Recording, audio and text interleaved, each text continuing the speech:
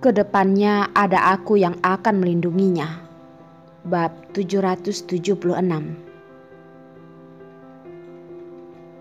Jika kasih sayang Orila untuknya bukan cinta, dia akan mengenalinya nanti. Lalu dia akan meninggalkannya.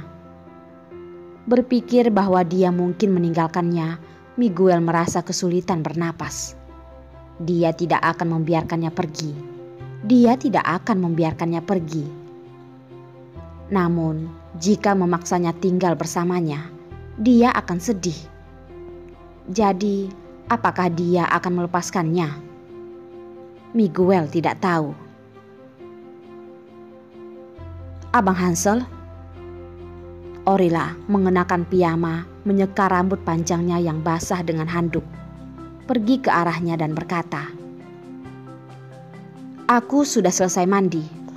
Ada juga kamar mandi di ruang tamu. Kamu pergi mandi dulu. Aku akan mencarikanmu baju ganti yang bersih." Gadis bodoh, kembali ke kamarmu dan pergi tidur. Gadis konyol ini, dia tentu tidak tahu seberapa menarik penampilannya yang membuatnya mendidih.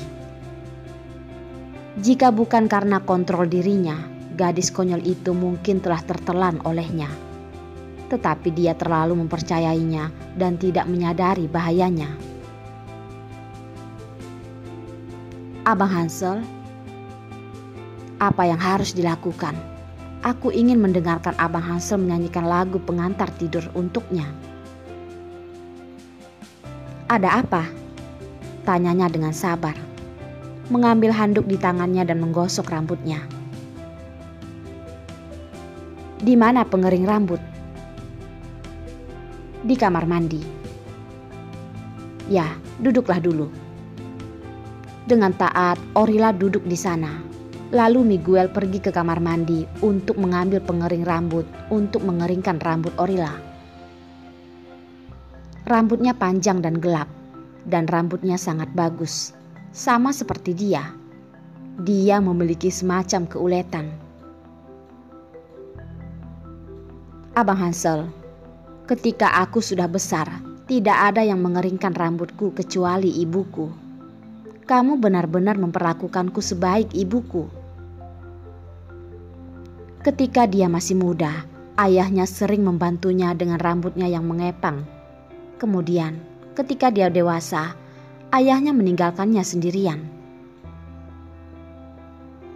Mendengar kata-katanya, tangan Miguel dengan pengering rambut sedikit menegang.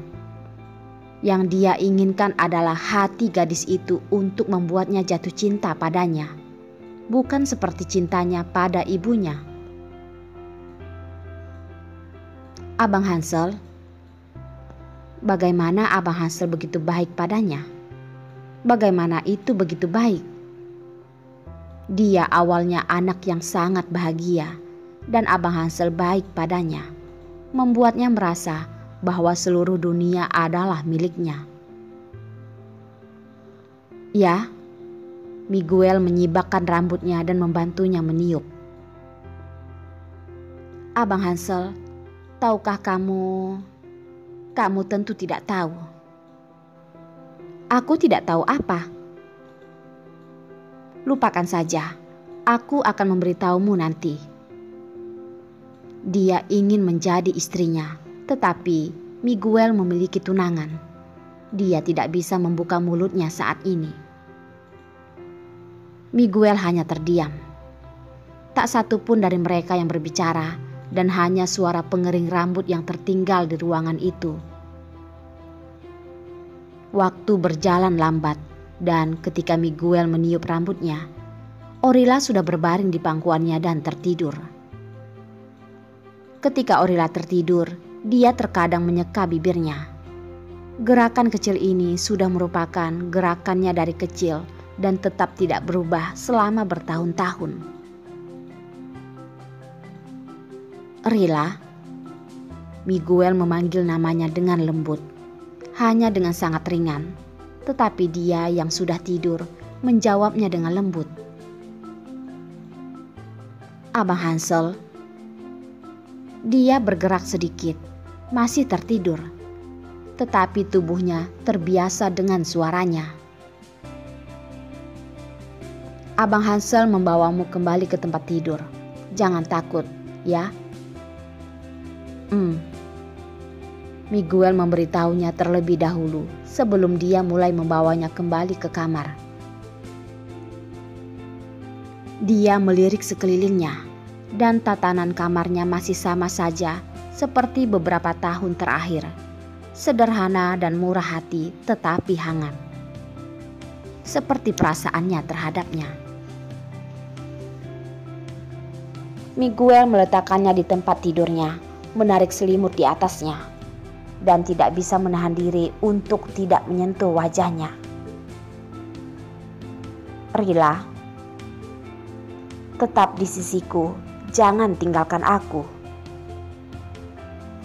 Dia bertanya diam-diam dan tentang dia di dalam hatinya. Dia benar-benar matahari kecilnya yang dapat memberinya kehangatan, kekuatan dan segalanya. Abang Hansel, dia tidak tahu apakah itu sebagai respon terhadapnya atau dalam mimpinya dia menggumamkan namanya. Miguel bergegas mendekatkan telinganya, tetapi suaranya terlalu kecil dan terlalu kecil untuk didengar olehnya. Dia menggelengkan kepalanya tak berdaya, bangkit dan ingin pergi, tetapi Orila meraih tangannya. Abang Hansel, jangan pergi, nanti Rila akan takut. Dia bilang dia akan takut. Apa yang dia takutkan? Apakah bayangan tahun lalu membuatnya takut? Atau takut dia akan meninggalkannya? Miguel tidak tahu. Yang dia tahu adalah bahwa dia tidak akan membiarkan Rila ketakutan. Jadi dia mengambil tangannya, berbaring di sebelahnya, meletakkan tubuh kurusnya di lengannya, dan menepuk punggungnya. Ya, Abang Hansel tidak pergi. Abang Hansel ada bersama Rila. Mendengar suaranya, bibir Orila dalam tidurnya tersenyum. Dan Abang Hansel ada di sana. Dia tidak akan takut. Ketika hari semakin cerah, cahaya masuk dari jendela yang terbuka dan perlahan menerangi seluruh ruangan.